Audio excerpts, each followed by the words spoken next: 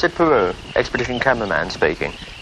To me, as a cameraman specialising in filming caves, of course the whole idea of this combination of such an incredibly colourful country and what promised to be incredible caving really gripped me from the outset. The more I looked into it, the more excited I got.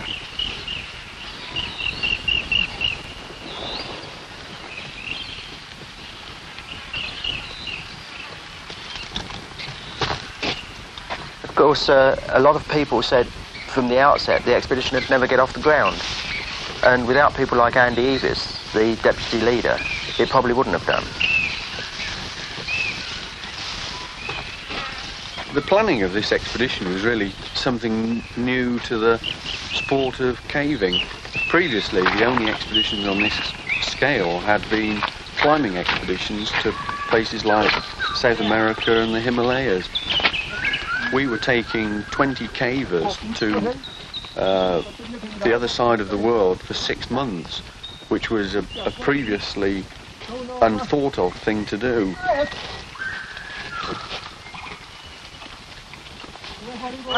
Expedition leader Dave Brooke recalls his first impressions. It was different. No matter how many photographs you see of places like this, when you actually step off the aircraft and you realise you're there, it's just a totally different ballgame. We didn't know really what to expect from the local people till we met them, but our porters were incredible. They'd carry 60 or 70 pounds over a really rough country all day, and all they got paid was $1 Australian, a bowl of rice, and a can of herrings. Without the help of the locals, there's no doubt about it, we'd have been absolutely lost in the bush.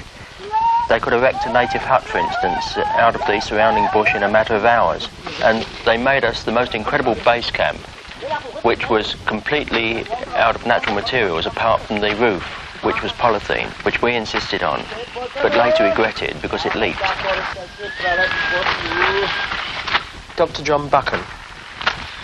I was amazed when we got to the Finimtel camp. It was absolutely luxurious. They'd got tree trunks from the forest and they'd made walls, they'd made a tree trunk floor, and they'd actually built a platform for our sleeping bags to rest on. They'd put a table in, they'd made us a cooking area, and the whole thing, just as a concession to Western technology, had a yellow polythene roof. But there was not a nail in the place.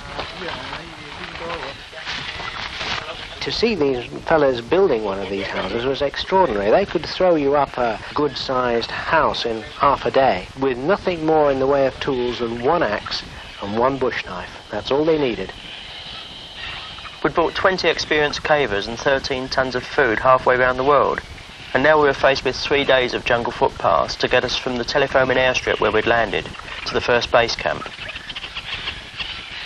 Inevitably, we'd chosen the Finimtel Plateau for the first base on pretty thin evidence. There's not much known about it, because it's virtually uninhabited and crossed by only 1 or 2 major tracks.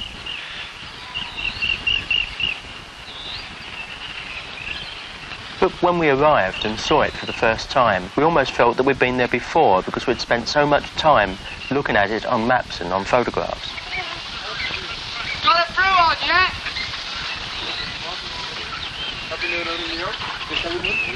You got him fast, PLUMLEY. Yep, you got it fast. Pakai kunci kelas. Bisa saya lepas PLUMLEY kok?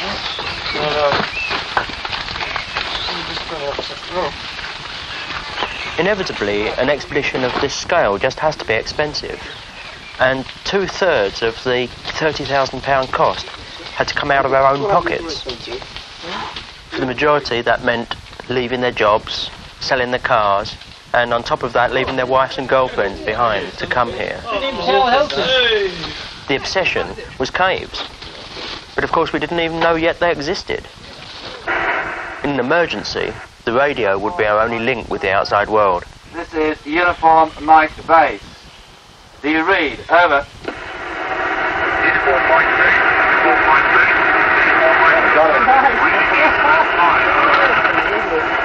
Roger, Roger. Modern science. Alan, okay, hang on a bit. These creeks, well, owing to the lowland, obviously sink, but we haven't had time to investigate them yet. In fact, with the thick bush cover, it wasn't possible to see a lot on the aerial photographs. But one thing that did stand out were these tremendous deep shafts, hundreds of feet across, that just were like open wounds in the landscape. Right, that's 60 degrees. Just not tree firm there, Kevin. The only way to reach them was to cut a line on a compass bearing through the bush. And this was hazardous because underneath the vegetation were deep fissures and hidden cliff faces.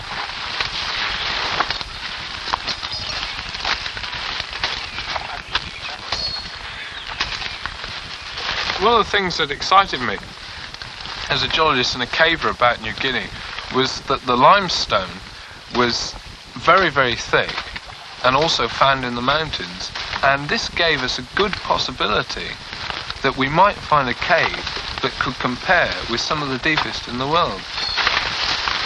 One of the problems in this sort of country is that you can get within feet of a huge feature, the cave entrance for example, and not even be able to see it. And we were now beginning to realise the problems we faced.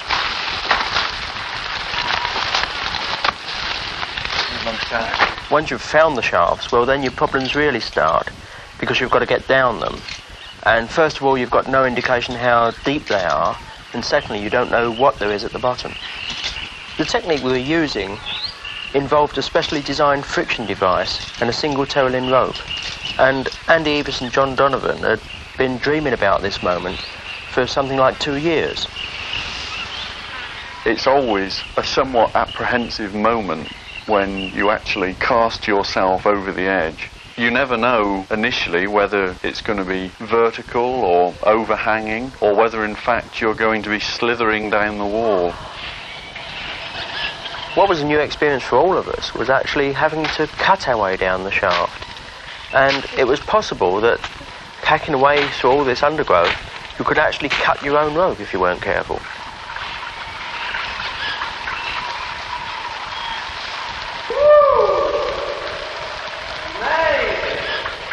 I still always get a tremendous sense of exposure as I start to descend.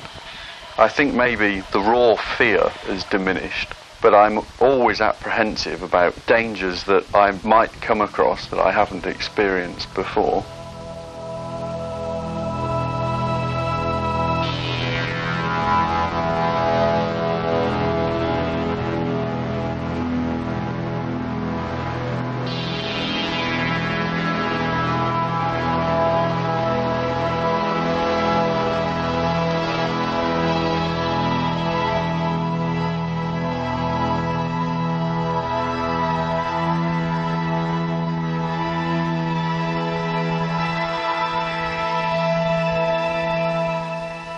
We knew from experience that there was going to be a cave system below these shafts, but what we didn't know was when we got to the bottom whether we'd actually find a way into it.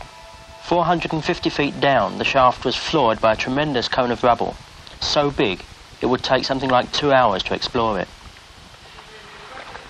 I got to the bottom and things looked quite promising. It was not until I had a good look round that I realised there was no easy way on. In several corners there were drafts blowing up between the boulders, and that indicated that there was a cave there somewhere. But the really frustrating thing was there was no way into it. I think maybe a team of mining engineers could possibly make progress, but I don't think any progress would have come very easily.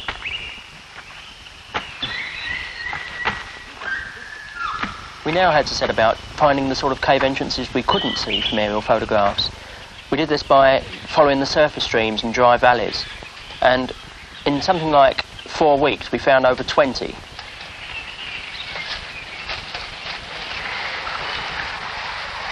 A lot of these caves were blocked within feet by debris washed in from the jungle outside, but in some of them we were getting into our first virgin cave passage, completely unexplored, completely untrodden.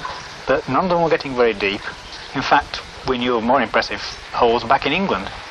And we thought, well, if we come halfway around the world to explore caves like this. The caves we'd been dreaming about back in England were much bigger and much deeper than this.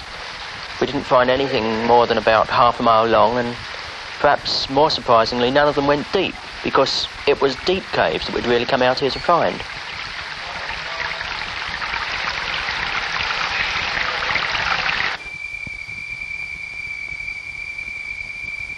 Although the shafts didn't lead to any big caves, for the biologists, they had something else to offer. These flying foxes have a wingspan of 3 feet or more, and they're well known to our porters who hunt them. In an area like this where there's very little in the way of mammals, they provide a vital source of food.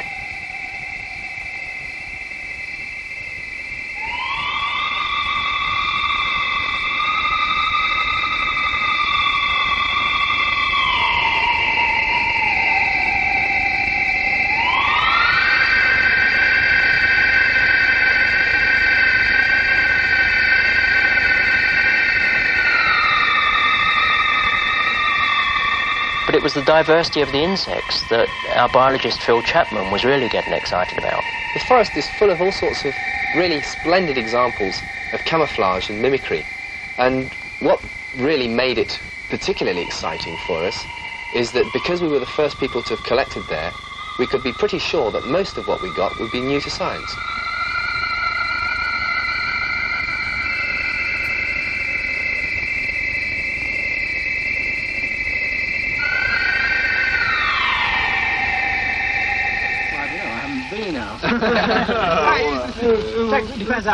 Although we were still in good spirits, after the first month, I think everybody was beginning to think, well, are we really going to find anything?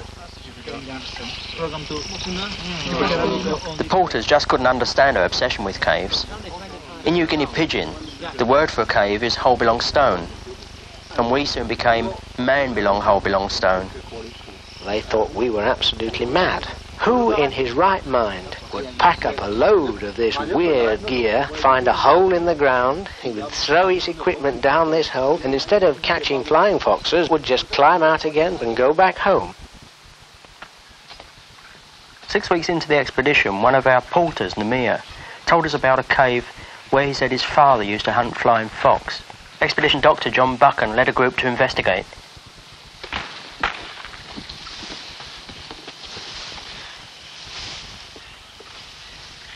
This cave immediately looked interesting. It lay in an enormous depression, 1/4 mile across and 400 foot deep, and the cave entrance, which was on one side, looked large and interesting. We advised him to leave. Unfortunately, 100 foot in, the cave closed down. It was interesting but short, another disappointment. But the story didn't end there, as John explains. We'd stopped, and as we sat eating, it was quite apparent that there was a draught coming out of this lower cave entrance, and it was Steve Crabtree who said, "Look at that draught," and he understood the significance of that far more than I did. Almost hidden by the foliage, there was a low cave entrance leading under the limestone wall, but at this time it was getting late and there was only time for a brief exploration.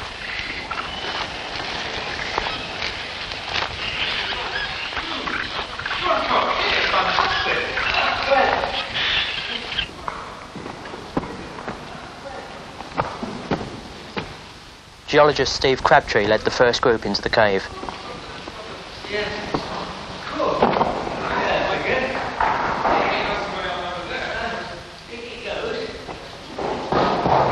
We descended down the boulder slope, you know, worming our way down through the boulders, and we popped out into a passage, which was big. You know, we thought we were onto something fairly good, and I don't know, you couldn't even see, your lights wouldn't even reach the side of the walls, you know, you're sort of wandering about, bouncing off wall to wall. And we went round this corner, and we saw the passage disappear to the right-hand side, and it just got even bigger. This was the sort of cave we'd been looking for. We decided to concentrate the entire efforts of the expedition on its exploration. We set up a camp on a ledge just outside, under an overhang, and close to the upper cave entrance. From here we could make long explorations into the cave, and we were all looking forward to some really pure exploration into virgin territory. For each of us at this stage, there was a growing sense of anticipation and excitement. We knew that in MCMLXXXI, as we decided to call the cave, we had a chance of making the sort of discoveries that we'd come halfway around the world to find. No.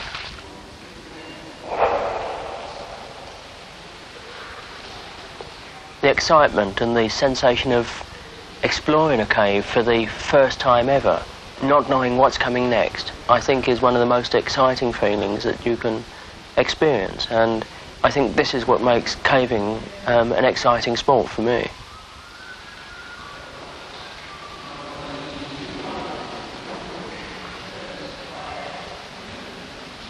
Caves can be very beautiful places, not just the stalactites and the stalagmites and the crystal, but just the rock architecture itself can be very cathedral-like and on a very grand scale. And just the forces that have been involved in their making can be very impressive.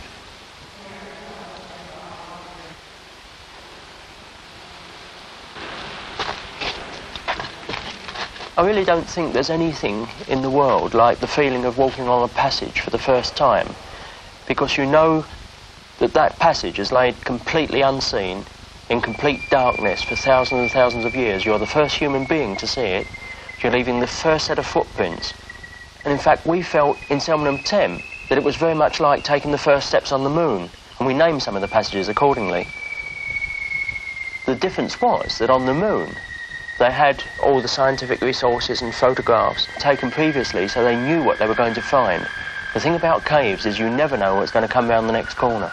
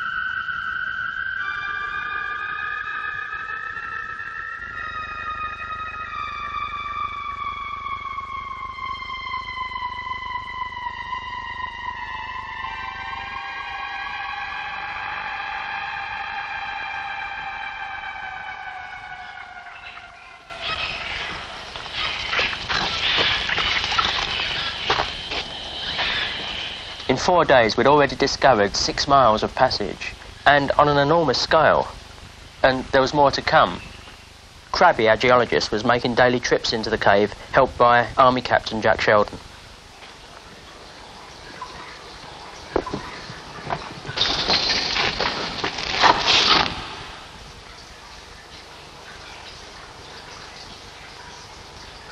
It was just like seeing somebody parachute out of an aircraft. One moment he was right in front of me, and the second he'd just gone. Keep it moving. Go on, keep it going. Keep that up. Crabby had fallen over 20 feet. He was a mile into the cave, unconscious and with head injuries. We were now faced with a major cave rescue operation, and this in a place where we had no chance of any outside help. It just didn't bear thinking about. But fortunately for us, we got a doctor with us, John Buchan. Keep it level. Nice. Rocky. I was pretty busy on the stretcher haul, just looking after him, making sure he didn't get any further knocks. But what was going through my mind was the fact that if there was any serious injury, and there was perhaps bleeding inside the head, then it was up to me to do something about it. And I was working out how I was going to make holes in his head, should that prove to be necessary, to let out any blood clot that had formed. Decided I'd use local anaesthetic and scrape away at the bone with a sharp scalpel. John decided he'd treat Crabby on the ledge outside the cave. There were risks, but the danger of trying to move him out would be greater.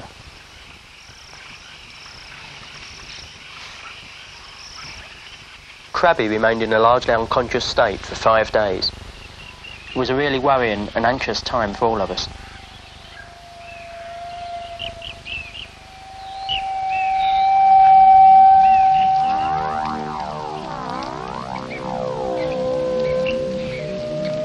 It was probably more worrying for Dave Brooke, expedition leader, than anyone else. At the back of my mind, there was always the worry that he was going to deteriorate, and we'd have to think of a way of getting him out quickly. And the only way, of course, to do this was to bring in a helicopter, and we'd have to clear a space for it to land in. No mean task amongst 200-foot high trees.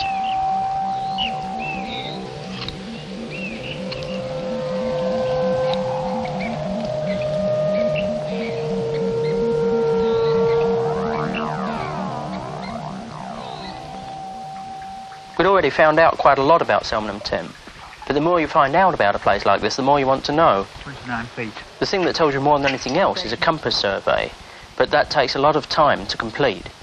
The resulting map tells you more than anything else can do about the origins of the cave system. 239. At the same time, we were making some fascinating discoveries. A surprising distance into the cave, there was evidence that man had been at least that far before.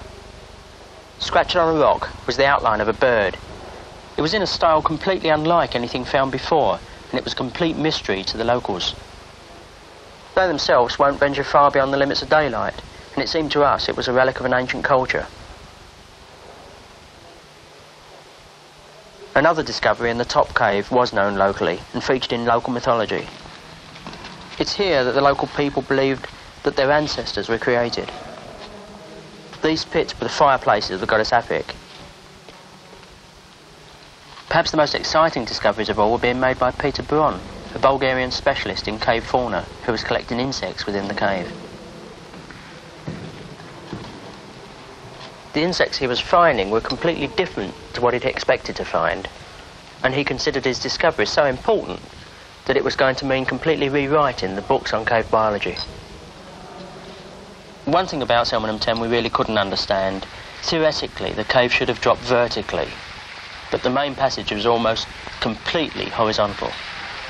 We knew that the water that there was in it came out something like 2,000 foot lower down, so we thought if we follow the stream, we could perhaps find a new network that'll go down to valley level.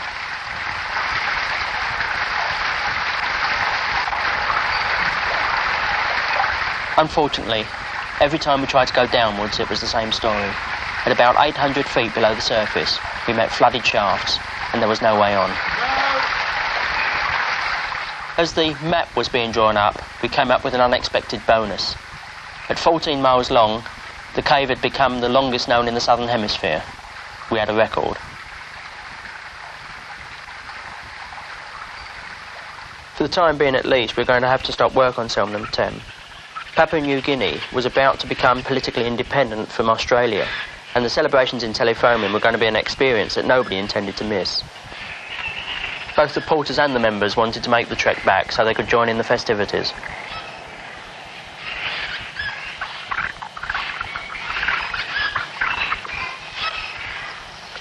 We were amazed at Krabby's recovery. Only 10 days after his accident, he was able to walk out.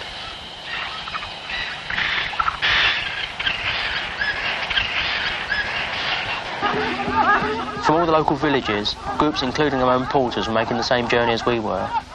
And seeing them now, and particularly in the next few days, was going to give us a completely new insight into the people we were working with.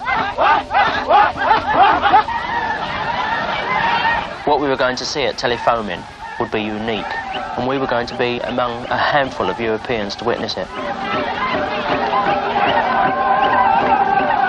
Ceremonial pigs had been fattened for months and carried alive from each village.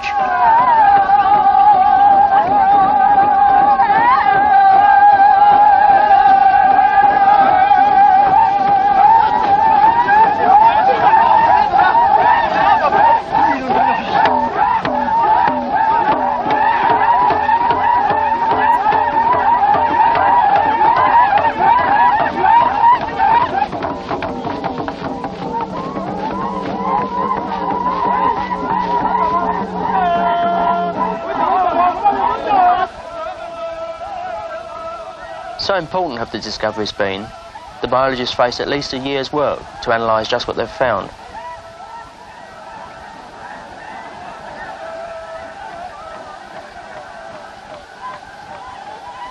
But the distractions outside were becoming too much even for biologists. over the region, something like 1,000 tribesmen had gathered to spend the day dancing, celebrating, feasting. And we couldn't help but wonder how many of them really understood the significance of the day itself.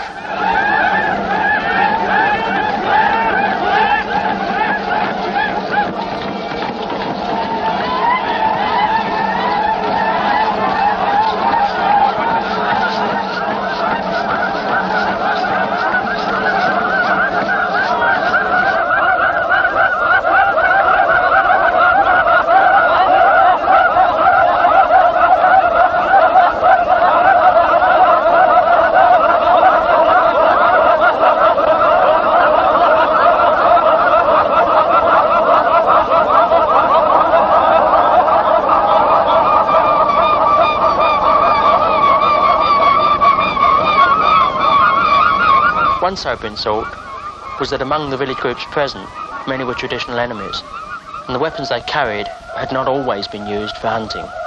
We were soon to be made very aware of their effectiveness.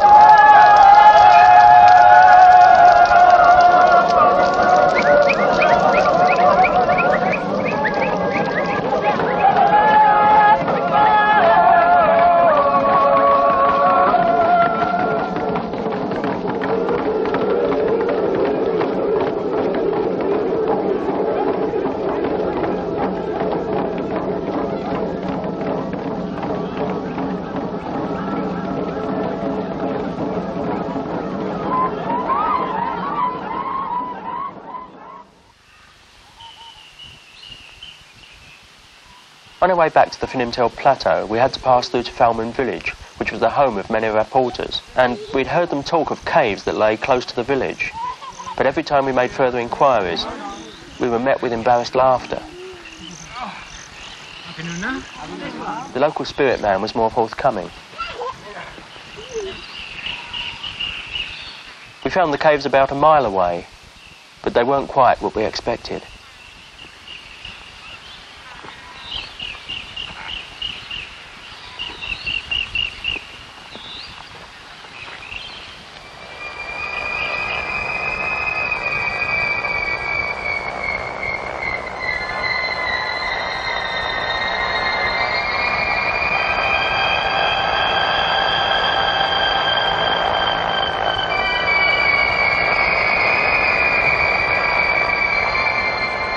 What we were looking at was the aftermath of tribal fighting apparently less than 20 years ago.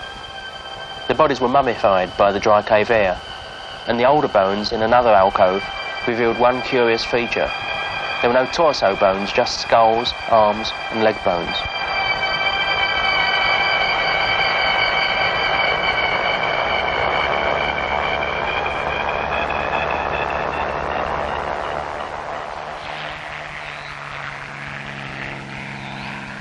We were running short of supplies at the Finimtel base camp, so we decided to solve the problem by having an airdrop.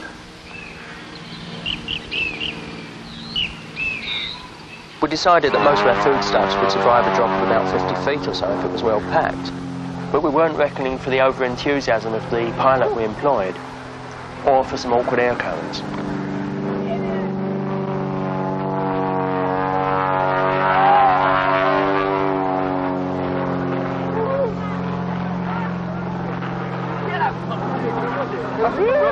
That's 14. Hey, that's too close, man. That really is. Airdrops have been traditional in New Guinea since exploration began. The idea was to come in as low as possible and drop from a height of 100 feet or less, but things didn't quite work out that way. So what? You've got to work out where they're going to... We all felt we were being dive bombed. In fact, the pilot dropped the 60-pound containers from something like 300 feet. and use the main base camp as something to aim at. Of the 26 he dropped, 6 were lost in the bush, 2 would never be found, and 1 missed the base camp by 6 feet. The combination of a sack and the blue plastic drums had retained the contents pretty well, but we didn't know what sort of state they'd be in. But I don't think there was a single biscuit unbroken. We decided the only way to eat them was to crush them up together and eat them as a breakfast cereal. At the same time, we discovered a new way of impact welding.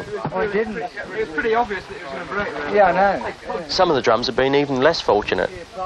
We couldn't make out who would even consider packing a gallon container of tomato ketchup for airdrop, even from 50 feet. Yeah. It will never fly. Yeah, a little more. The fact was we were desperately short of food, so 95% of the food had been eaten one way or another. And when you're hungry, you can be incredibly ingenious. We crushed the boil sweets, for instance, and made a sort of jam out of them, which at least gave the pancakes a bit of flavour. The Chapman slop factory.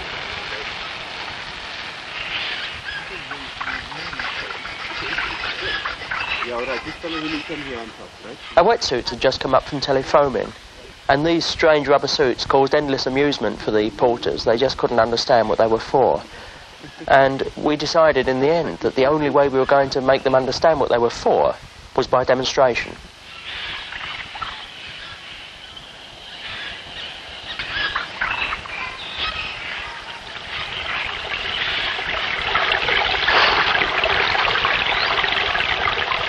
We gather that they met with warm approval.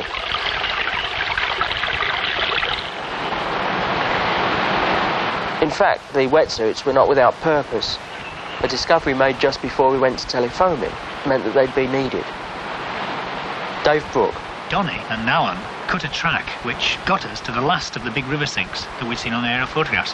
But this one turned out to be completely different. It led to a really incredible canyon passage which dropped dramatically. This was the sort of thing we'd been looking for, something that was going to go deep, we thought. Octem, I think, was the epitome of the water cave. I thought it was beautiful.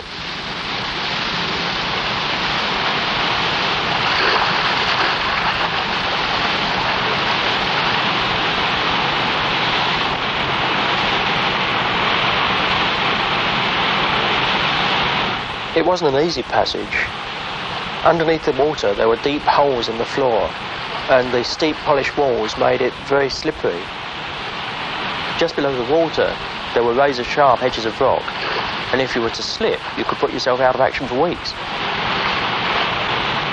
The sheer size of some of the logs that had been washed in flood conditions gave an absolutely frightening idea of what the place was like in flood.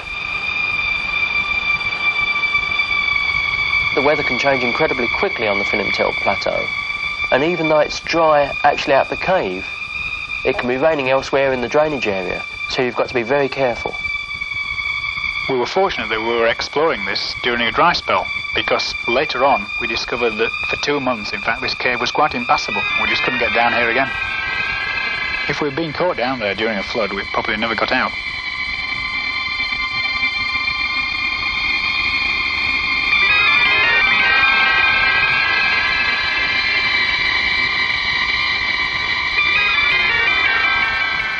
There's something about the roar of water in a place like this, echoing around in the passage, that puts you on edge. But at the same time, it's a very exciting thing because water is the lifeblood of the cave. It's the thing that's forming the cave. And there you are following it deep into the ground. And we knew that this water came out something like 2,000 feet lower down. And if we could follow it for all of that way, we'd have a very deep and a very long cave. We could envisage ourselves marching all the way down this along a great stream passage. This would have given us by far the deepest cave in New Guinea and a tremendous through trip to the base of the Hindenburg Wall.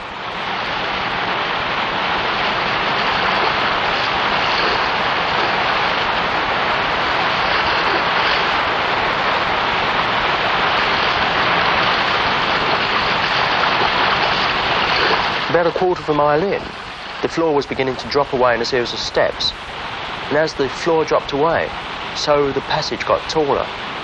And we were wondering what would happen if we hit a big waterfall, because getting down it could be a real problem. We were almost stopped by one particular waterfall because the whole river shot down it, and at first we couldn't see any way around it. But an advance party, in fact, found a small eye hole across it, and they managed to rig up a rope so we could step across rather dramatically into this dry passage and so get round the obstacle.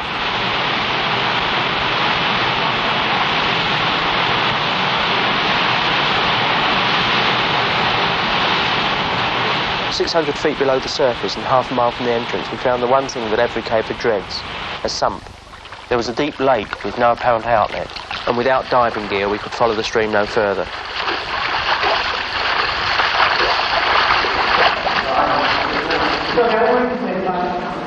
We'd noticed some passages in the roof of the canyon, and we decided that if we could follow those, they could provide a bypass over the sump. But in order to follow them, we had to cross the canyon, and it was about 50 foot deep at this point. And the only way we could work out how to do this was using 2 logs brought in from outside. They made a convenient but precarious bridge.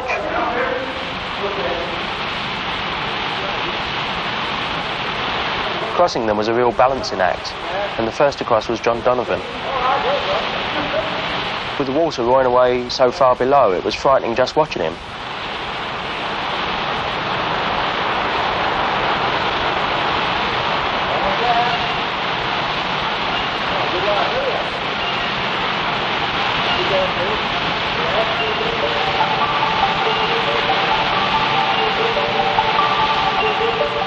We found a quarter of a mile of passage, but no bypass to the sump. When we drew the map up, there was a sudden revelation, because the old passages of Octem came within feet of joining up to Selmenham Tem. It meant that the river of Octem was the same river that once formed Selmenham Tem. Somewhere below us, the waters from both caves must combine on an underground journey to the rising at the foot of the Hindenburg Wall, but it's a journey we can't follow. The Hindenburg Wall is a massive limestone escarpment, and at its base we could hear the emerging waters of the Finnimtel Plateau, but so far we'd found no way to follow them far underground. So we decided to send a team to prospect a new area, an area we knew as the fault-controlled valley, and it was an area where we thought we'd find deep caves.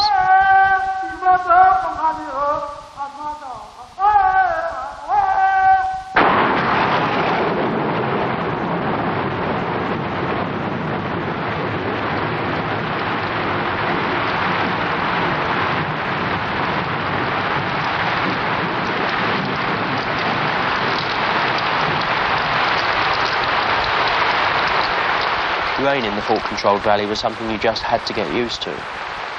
Compared with the places we'd been before, it was a really uncomfortable place, and it rained most of the day, every day. Wetness, mud and discomfort was something we'd already got used to underground, and now after 4 months, we'd got to start getting used to it on the surface as well.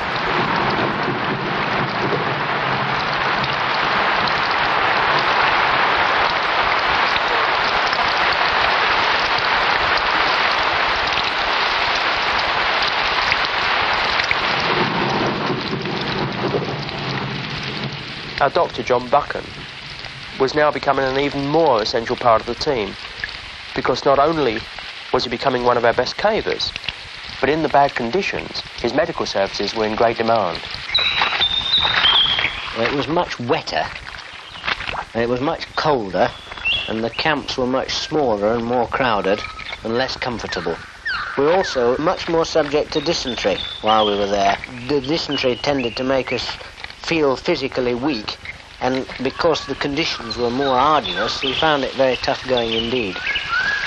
The fault-controlled valley was going to tax us all to the limit. The attraction was the number of small streams that sunk into open potholes, and we knew that the only possible rising for them was about 3,000 foot lower down, and that meant a potential for caves double the depth of the deepest so far explored in the southern hemisphere. We'd already found the longest in the southern hemisphere. Now we knew we had a real chance of finding the deepest, and we had just a month in which to do it. In the first fortnight, we descended over 20 shafts, and all of them were blocked less than 200 foot down, and the loose rock was making the exploration really dangerous. I was on this sledge about 30 feet above Pete and about to film him, and suddenly the whole ledge next to me collapsed and took the tape recorder and some of the other equipment with it. Once the rock had cleared, I looked down and all I could see was this single rope just disappearing over the edge. And I thought, well, that's it, he's dead.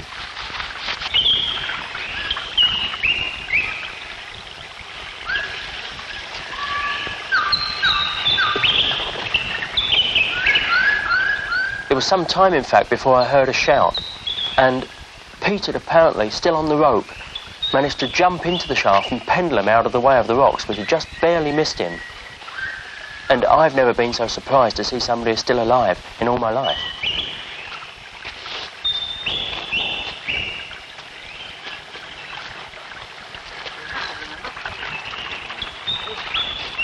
We were a good 8 miles along the valley before we found the first truly deep hole. And against normal caving practice, we decided to cave in groups of 2 because with so much loose rock around, it was the only way we could cut down the risk of dislodging boulders onto the others that were below us.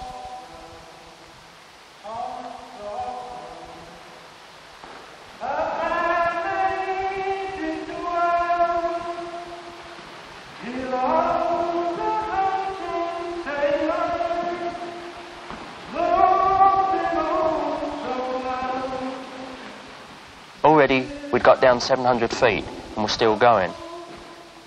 The third team to push the hole were John Donovan and Kevin Wild. Kevin originates from Birmingham, but he's lived in New Guinea now for several years and is really obsessed with its caves.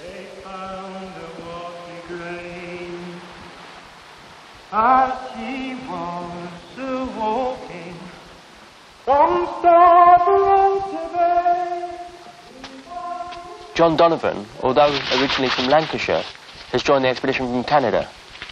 Together they're going to push the limits downwards as deep as they're able. This cave really is a nasty one.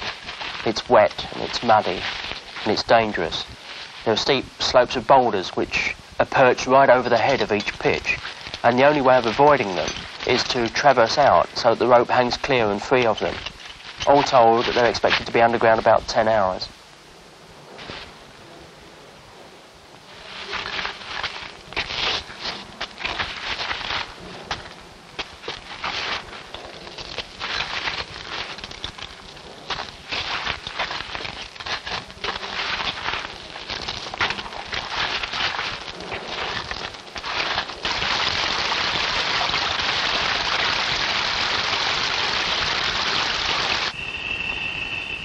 At 2 o'clock in the morning, we're all trying to sleep. Kevin and John are laid back.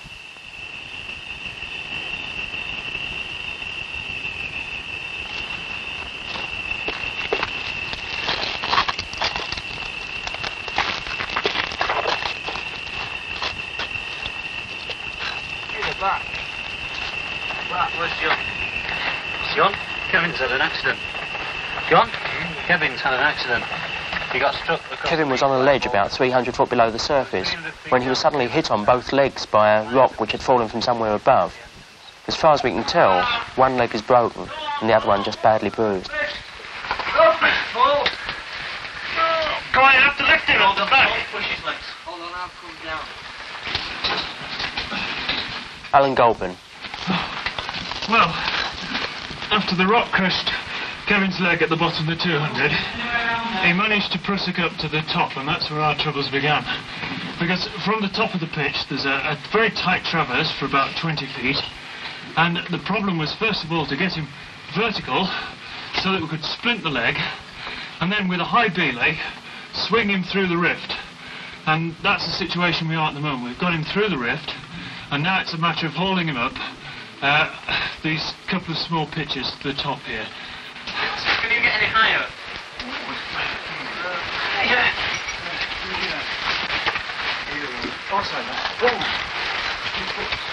It was 5 o'clock in the morning before we got Kevin to the surface, and we'd protected his injured leg with a simple makeshift wooden splint. Gently now, gently. Sit him on that rock you're on, Jim. Go on. Take him just a little bit further back. Sit away from that. Right. Can I rest my breath? Yeah, this way. How's that over there? Beautiful. Number one. Now, how much rope have we got here? Let's run it up here. Fortunately, particularly in view of our isolated position, Kevin's leg proved not to be broken, but just badly bruised. But the accidents and mud and nearly 5 months of bush conditions were really beginning to get on top of us. For me, it was fascinating watching each individual because there was this constant conflict between the possibility of a depth record and the risk and effort that were needed to achieve it. And the diarrhea and the sickness were not helping matters. Morale was deteriorating.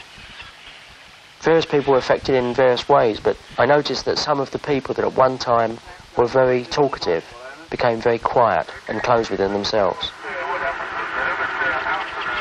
Although Kevin wouldn't be able to walk for some time, he was still helping out with the expedition. Just want to let you know what's going on up here. Both of these holes are still going. Both holes are still going. One at about 1,000 plus. But we've got problems with injuries and morale. It's pretty terrible up here. And sickness. And we need some fresh blood up here, Steve. Over. Roger. Uniform Mike Mobile. I'll send them off as soon as possible. That's all from this end. Cheers, man. We were still making progress underground, but the going was really tough. How's it gone then, lads? Oh, we're about to about 900 to 1,000 feet now. Well, it's getting tight again, and it's still wet and nasty. Very wet. It's hard going, and it's cold. We didn't go down the last pitch, just Alan went down the last pitch. We measured it with a yardstick. In all of the expeditions I've been on before, I've never come across a situation so charged as that in the fault-controlled valley, because at the one hand we had this tremendous possibility of the very sort of caves that we'd come out here to find, and on the other hand, people were at the end of their physical limits and really had had enough. When I got to the bottom of this last pitch, it was too much without a bolting tool. The pitches are just going down, down and down.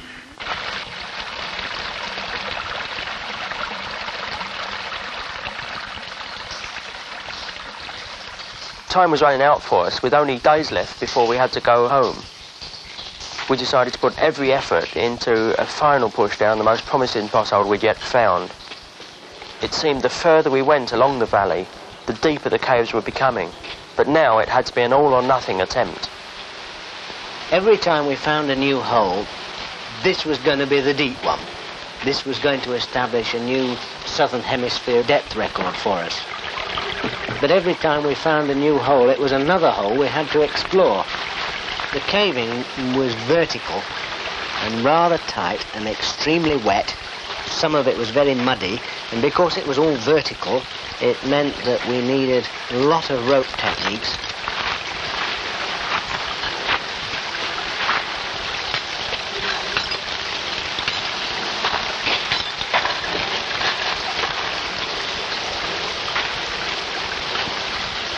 Every single rope that we slung pretty well had to be attached to a bolt, and that meant a very slow progress because every pitch had to have at least 2 bolts put in at the head and the rope slung before we could make any progress. Caving isn't as dangerous a sport as many people think, but of course when you're pushing the limits on an expedition like this, then it becomes more dangerous. And when you've got 25 people in the field for 6 months, exploring caves that have never been explored before, then the chances of an accident become a lot higher. And there was always the problem that in these circumstances, safety standards that would otherwise be followed meticulously would start to slip. We had with us some of the most experienced cavers in the world, but we knew from the outset that there was always a chance that somebody wasn't going to come back. One thing that really kept us going was that we knew that theoretically the cave could go to over 3,000 foot deep, and with the existing record only 1,450 feet, we knew that a new southern hemisphere depth record would seem to be there for the taking.